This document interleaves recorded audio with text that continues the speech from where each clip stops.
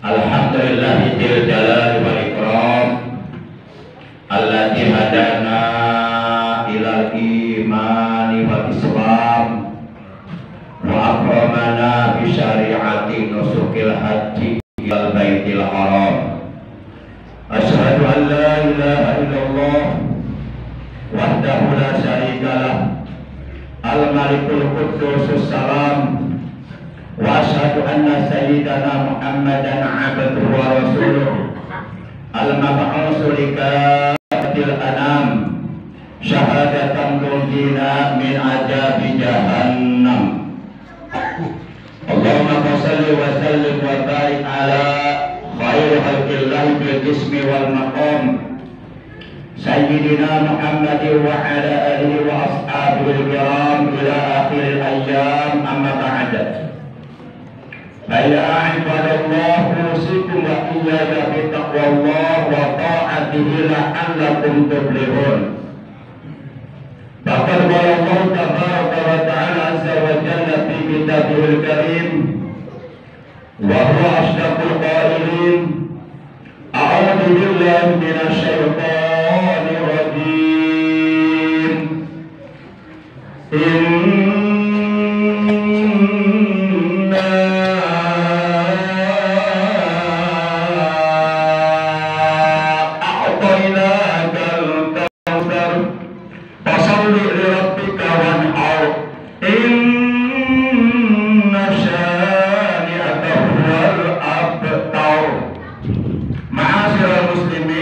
Segenap jamaah salat Jumat rahimakumullah wa hadakumullah. Segala puji hanya milik Allah. Hanya Allah yang pantas, yang berhak untuk dipuji oleh seluruh makhluknya. Salawat dan salam semoga tetap dilimpahkan selalu atas manusia yang sangat amat dimuliakan, sangat amat diagungkan oleh Allah yang Maha Agung, yang Maha Mulia, yaitu baginda tercinta Nabi besar Muhammad sallallahu alaihi wasallam beserta seluruh keluarga beliau, para sahabat beliau dan seluruh pengikut beliau yang tetap setia dan tetap cinta kepada beliau, tetap istiqomah menjalankan segala perintah beliau, mengamalkan ajaran Islam dan mengamalkan sunnah-sunnah beliau, serta menjauhi apa yang dilarang oleh beliau. Ma'asyiral muslimin rahimakumullah wa hadakumullah. Di dalam kitab suci Al-Quran surah yang ke-108, yaitu surah Al-Kautsar, dari ayat 1 sampai ayat 3 Allah berfirman, Inna a'tainakal kautsar. Sesungguhnya kami, kata Allah, telah memberi kamu nikmat yang banyak.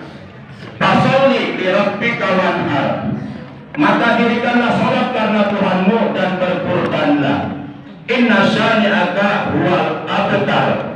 Sesungguhnya orang yang membenci kamu, yakni orang yang membenci Nabi Muhammad, dialah yang terputus dari rahmat Allah. Dialah orang yang akan mendapatkan azab Allah di neraka. Ma'asyiral muslimin rahimakumullah wa hadakumullah. Menurut pendapat sebahagian para ulama mufassirin, para ulama ahli tafsir, yakni para ulama yang berkompeten di bidang tafsir Al-Quran, mereka berpendapat bahwa yang dimaksud Al-Kautsar dalam ayat tersebut di atas tadi adalah sebuah telaga yang berada di dalam sorga, di mana telaga itu secara khusus oleh Allah hanya diberikan kepada Nabi Muhammad SAW dan tidak diberikan kepada para nabi yang lainnya.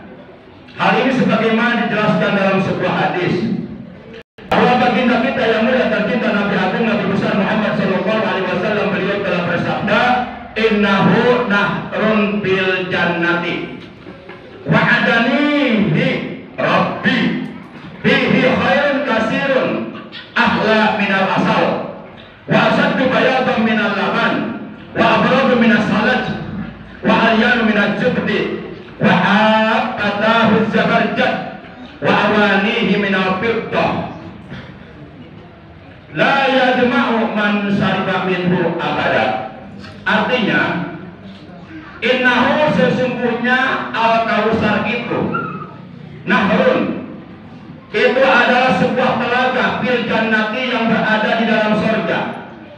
Wa adamihi rabbi, Tuhanku Allah telah menjanjikan telaga al-kausar untukku, kata beliau.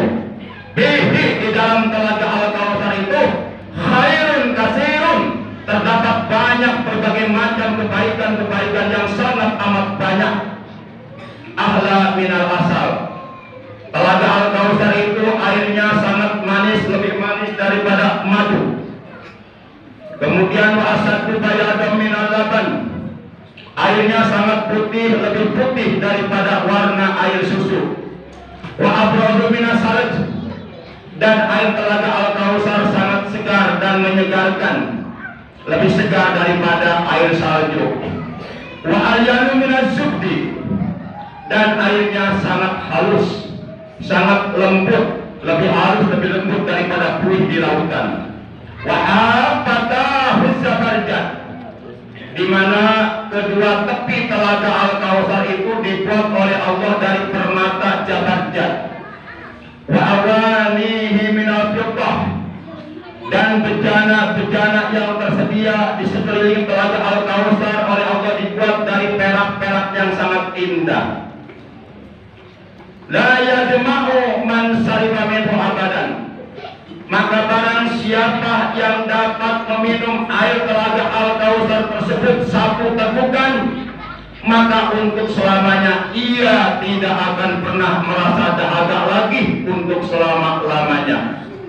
Ma'asyiral muslimin yang dimuliakan oleh Allah Subhanahu wa taala, berdasarkan Al-Quran surat 108 Al-Kausar juz 30 ayat 2 yang berbunyi fasolli li rabbika wanhar, yang artinya dirikanlah sholat karena Tuhanmu dan berkurbanlah.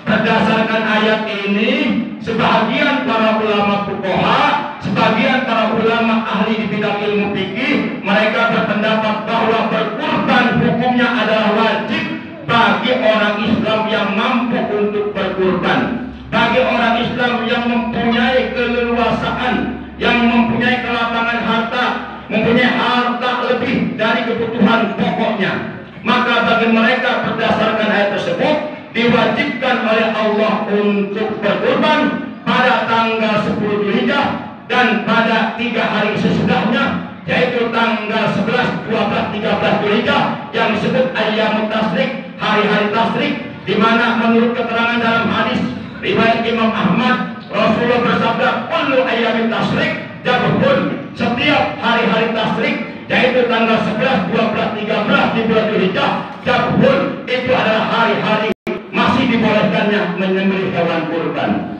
Ma'asyiral muslimin yang dimuliakan oleh Allah, rahimakumullah wa hadakumullah. Kemudian para ulama yang berpendapat bahwa berkurban itu hukumnya adalah wajib bagi orang yang mempunyai kemampuan untuk berkorban di hari raya Adha. Kemudian juga diperkuat dalam sebuah hadis yang diriwayatkan oleh Imam Ahmad, juga Imam Ibnu Majah. An Abi Hurairah radhiyallahu anhu qaul, dari sahabat Nabi yang bernama Abu Hurairah radhiyallahu anhu qaul, ia berkata, qala Rasulullah sallallahu alaihi wasallam, dalam bersabda baginda yang mulia tercinta Nabi Agung Nabi besar Muhammad sallallahu alaihi wasallam, beliau bersabda, man wajada sa'atan falam yudhi fala yaqrabanna musallana, barang siapa yang mempunyai kemampuan untuk berkorban, artinya pada tanggal 10 Dzulhijjah atau 3 hari sebelumnya dia punya uang sebesar 3 juta dan uang itu di luar kebutuhan pokoknya, artinya kebutuhan pokoknya sudah terpenuhi di hari itu, dia punya uang lebih 3 juta, punya keluasan untuk membeli kambing seharga 3 juta, maka bagi orang yang seperti ini wajib hukumnya untuk berkorban di tahun itu.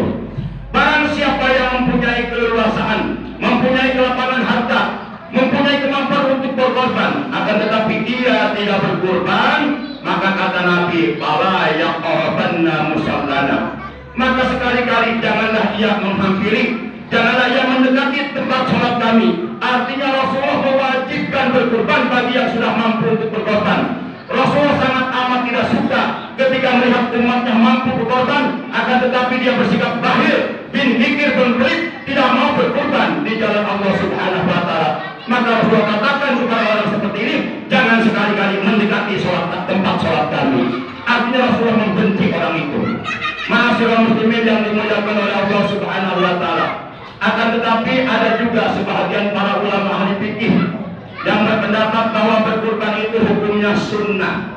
Hal ini berdasarkan sebuah hadis yang diriwayatkan oleh Imam Tirmidzi, bahwa Rasulullah SAW beliau telah bersabda, umirtu bin nahri wa huwa sunnatul lakum. Umirtu, kata beliau, aku telah diperintahkan oleh Allah bin nahri untuk berkurban pada hari raya kurban. Wahwa, dan berkurban itu sunnatun sunnah lakum bagi kalian, yakni bagi Rasulullah berkurban tiap tahun wajib, tapi bagi umatnya sunnah. Ini hadis yang menjadi dalil, menjadi dasar bahwa berkurban itu hukumnya sunnah. Dan ini hadis yang dipakai oleh para ulama yang berpendapat bahwa berkurban itu hukumnya sunnah.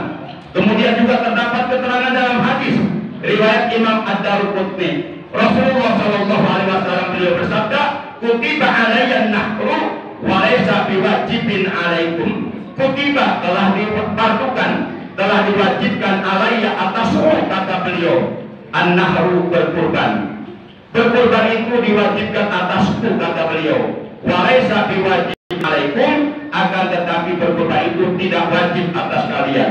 Tapi menurut jumhur ulama fuqaha, kebanyakan pendapat para ulama fikih, bahwa bagi yang mampu berkurban di hari kurban, maka dia wajib berkurban. Ma'asyiral muslimin, Rasulullah SAW pernah bersabda kepada Siti Aisyah, ya Aisyah, qaddimi udhiyataki wa ashidiha fa inna laki bi awal qataratin taqatur min damiha ala ardi ayyakbiralakillahu ta'ala ma salafa min dunubiki. Rasulullah bersabda kepada Siti Aisyah, wahai Aisyah istriku, berikanlah hewan kurbanmu kepadaku, berkurbanlah engkau di hari raya kurban, dan saksikanlah olehmu penyembelihan hewan kurbanmu ketika hewan kurban itu disembelih.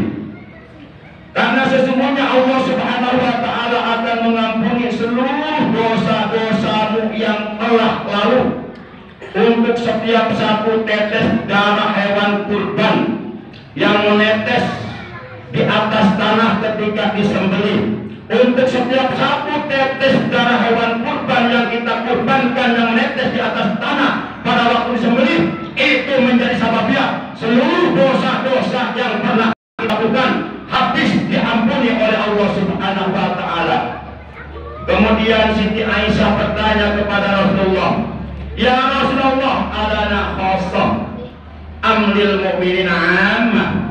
Wahai Rasulullah, apakah karunia pahala yang besar ini khusus untuk kami atau juga untuk seluruh orang-orang mukmin? Qala alaihi salatu wassalam, Rasulullah SAW menjawab, balana walil mu'minina ammah. Karunia pahala yang besar ini bukan hanya untuk kita, tapi juga untuk seluruh umatku, umat Islam yang melakukan kurban di hari raya kurban tanggal 10 Dzulhijjah dan pada hari-hari tasyrik, yaitu 3 hari sesudahnya, tanggal 11, 12, 13 Dzulhijjah. Ma'asyiral muslimin, dan Rasulullah mengingatkan kepada orang-orang yang mau berkurban. Dalam sebuah hadis beliau bersabda, "Audimu do'ayakum fa innaha 'ala sirati maqayakum." Muliakanlah hewan kurbanmu, besarkanlah hewan kurbanmu. Jadi kalau kita mau mencari hewan kurban untuk kita kurbankan di hari raya kurban, diperintahkan agar mencari hewan kurban yang sempurna. Domba, kambing, sapi, kerbau, unta yang sempurna, yang gemuk, yang banyak dagingnya. Tidak boleh yang cacat, tidak boleh yang sangat kurus, tidak bergaji, tidak boleh yang telinganya hilang sebelah, tidak boleh yang matanya picak hilang sebelah atau buta sebelah. Tidak sah berkurban dengan hewan yang cacat. Kata beliau, "Ajimu do'ayakum," muliakanlah Besarkanlah hewan kurbanmu, fa'innaha, karena sesungguhnya hewan yang kamu kurbankan di jalan Allah, yang lalu kemudian disembelih dagingnya dibagikan kepada para fakir miskin dengan maksud dan tujuan untuk menggembirakan orang-orang Islam yang fakir dan miskin di hari raya kurban. Maka yakum ala sirati maka yakum, hewan kurbanmu itu nanti kelak di hari kiamat akan menjadi kendaraan buat kamu ketika kamu melintas di atas sirat, di atas jembatan gawat darurat menuju ke surga, yang di bawah jembatan tersebut api neraka berkobar-kobar menyala-nyala. Barang siapa yang jatuh tergelincir karena, maka jatuhlah dia ke dalam kobaran api neraka. Akan tetapi orang-orang yang berkurban, dia akan melintas di atas sirat dengan menggunakan kendaraan kurbannya.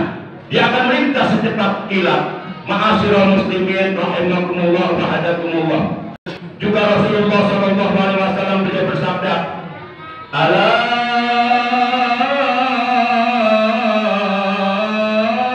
innal udhiyata minal a'malil mudiyah tunajji sahibaha min syarrid dunya wal akhirah.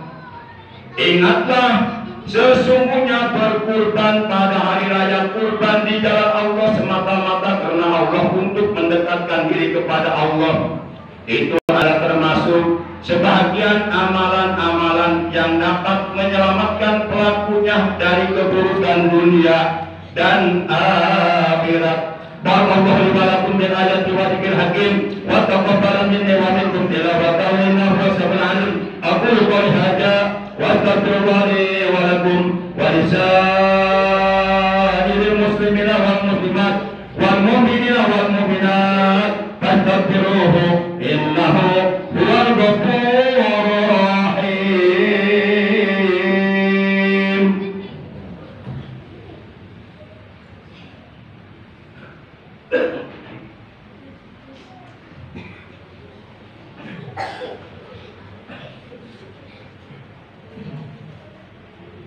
Alhamdulillahilladzi khalaqal insana khalifatahu fid dunya 'alad dawam wa akramana 'ala ghairina min jami'il hayawanati wal hawam. Asyhadu an la ilaha illallah wahdahu la syarika lah, iqraran bi rububiyyatihi wa irqaman liman jahada bihi wa kafar. Wa asyhadu anna sayyidana Muhammadan 'abduhu wa rasuluhu sayyidul khalaiqi wal bashar.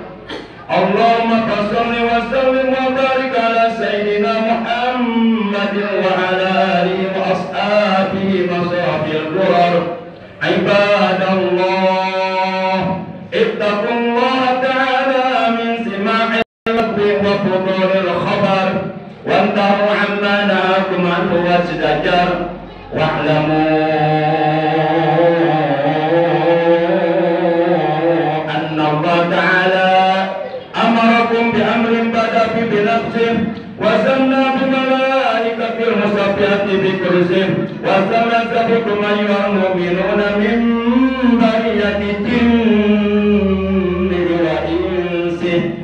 Faqala ta'ala mukhbiran wa amiran, inna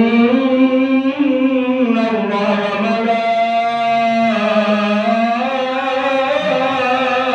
malaikatahu yusalluna 'alan nabi ya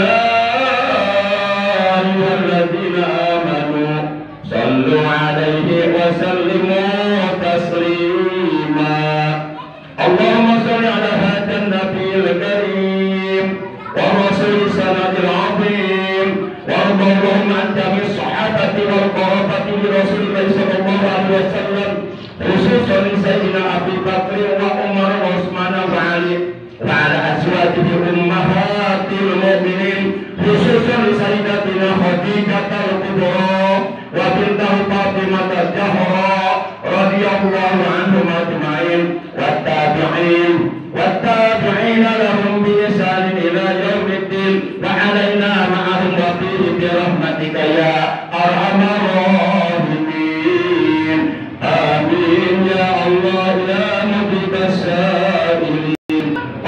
اغفر للمسلمين والمسلمات والمؤمنين والمؤمنات الأحياء منهم والأموات إنك سميع قريب مجيب الدعوات ويا قاضي الحاجات واجعل مقعدتنا حبيبة إندونيسيا آمنة مطمئنة رخية وسائر بلاد المسلمين اللهم اهد قلوبنا وقوي أجسادنا لطاعتك واجتناب معاصيك يا رب بيتك الحرام وقبر نبيك المعظم واغفر وارحم وتقبل أعمال إخواننا الذين يحجون في هذا الأمر واجعلهم حجا مبرورا وذنبا مغفورا وسعيا مشكورا وتجارة لن تبورا اللهم سلمنا والمسلمين والمجاهدين في سبيل الله والحبائب والعلماء ورثة الأنبياء في إندونيسيا سلمهم وانصرهم من شر الظالمين والمنافقين وأهلك من طلبهم حركا عاجلا سريعا بعزتك وقدرتك إنك على كل شيء قدير ربنا آتنا من لدنك رحمة وهيئ لنا من أمرنا رشدا ربنا آتنا في الدنيا حسنة وفي الآخرة حسنة وقنا عذاب النار وصلى الله على سيدنا محمد وعلى آله وصحبه وسلم والحمد لله رب العالمين. عباد الله إن الله يأمر بالعدل والإحسان وإيتاء ذي القربى وينهى عن الفحشاء والمنكر والبغي يعظكم لعلكم تذكرون فاذكروا الله العظيم يذكركم واشكروا على نعمته واسألوا فضيلتكم ورحمة الله